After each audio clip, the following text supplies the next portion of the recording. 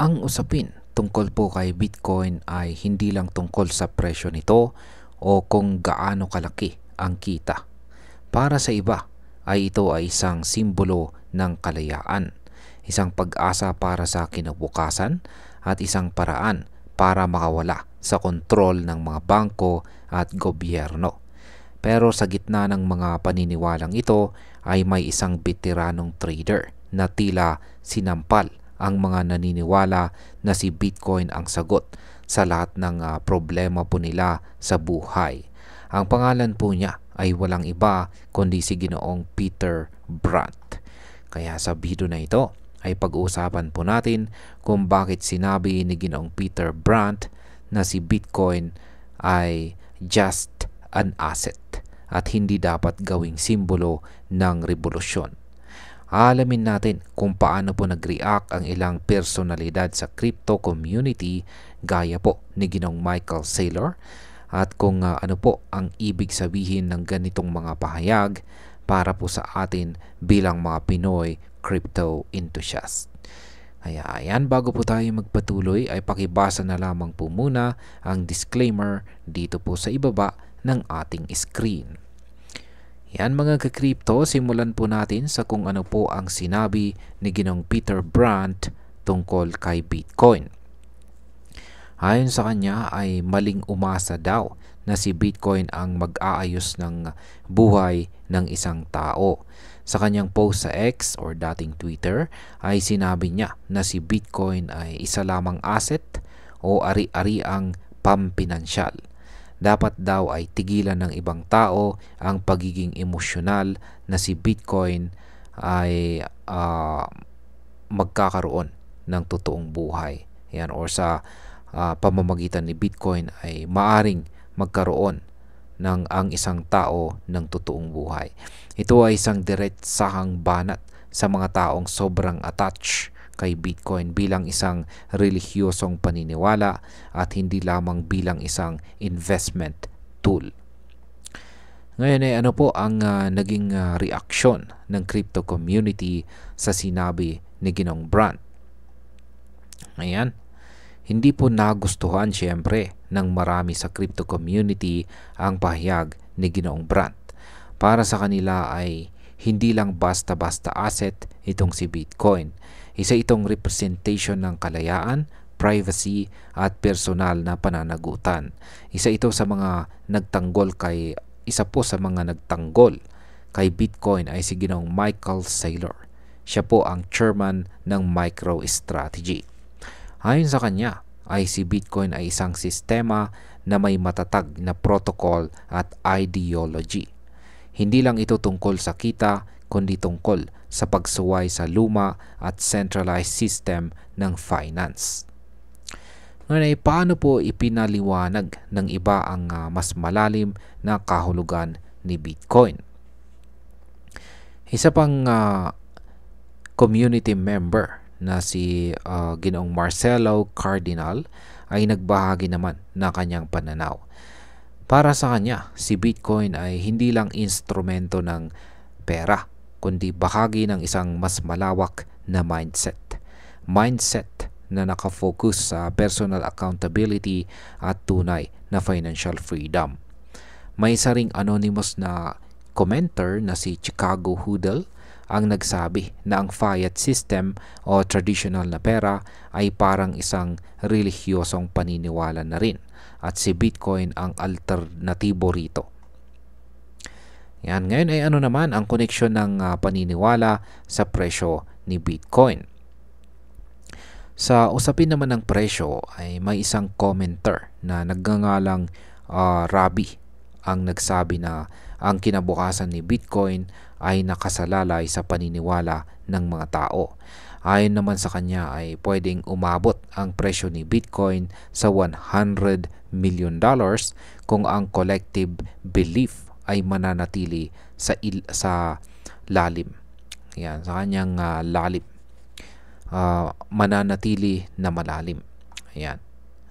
Maaari nating masabi na habang may mga taong nakabase sa technical analysis, may mga umaasa rin sa faith o tiwala bilang pangunahing driver ng presyo ni Bitcoin.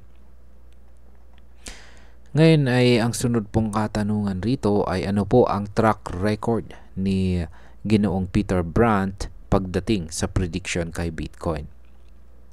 Bagamat matindi po ang kanyang opinyon sa paniniwala ng ibang tao kay Bitcoin, ay hindi po maikakaila ang galing ni Ginoong Peter Brandt sa technical analysis. Noong January pa lang ng taong ito ay sinabi na niya na darating ang major correction ni Bitcoin sa ngayong buwan ng August at mukhang tumama nga siya. Matapos po ang bagong all-time high ni Bitcoin noong July ay nagsimulang bumaba ang presyo nito. As of August 6, si Bitcoin ay nasa presyong $113,919 kung saan ay mas mababa kumpara sa $123,000 na all-time high nito. Ngayon ay ano po ang forecast ni Ginoong Brandt sa presyo ni Bitcoin? Ayan, kahit sinabi po ni Ginoong Brandt na si Bitcoin ay hindi dapat gawing tagapagligtas ng buhay ng tao, ay hindi rin niya itinatanggi na may potential ito bilang isang asset. Noong July ay sinabi niya na bullish pa rin po siya kay Bitcoin. At ayon sa kanyang analysis ay may target, meron pa siyang target na $120,956 at $134,886. At noong pong July 14 ay nabasag na nga ang unang target ng lumampas si Bitcoin sa $123,000. Kaya't nananatili pong valid ang kanyang $150,000 prediction na maari pong mangyari pa rin ngayong buwan ng August.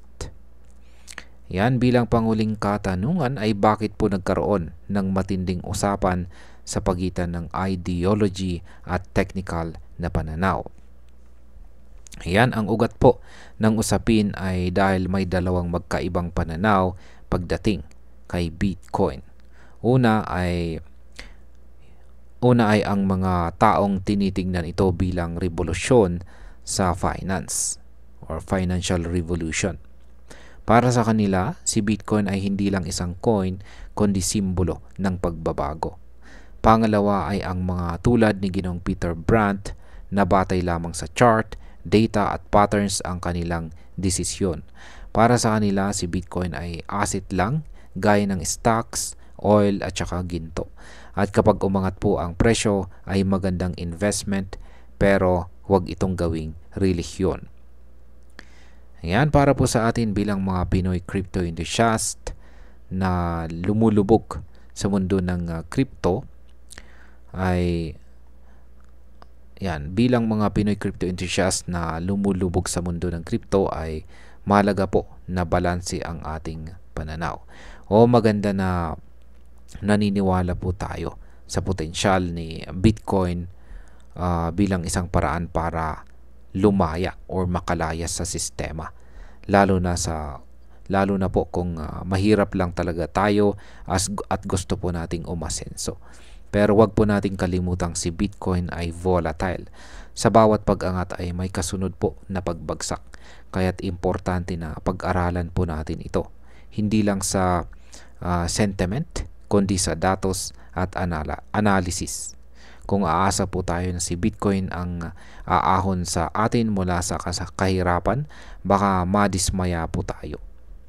At bilang panghuli, para sa akin ay parehong may punto si Ginoong Peter Brandt at ang mga Bitcoin believers. Totoo na dapat nating pag-aralan si Bitcoin bilang isang asset at wag po tayong maging bulag na tagasunod.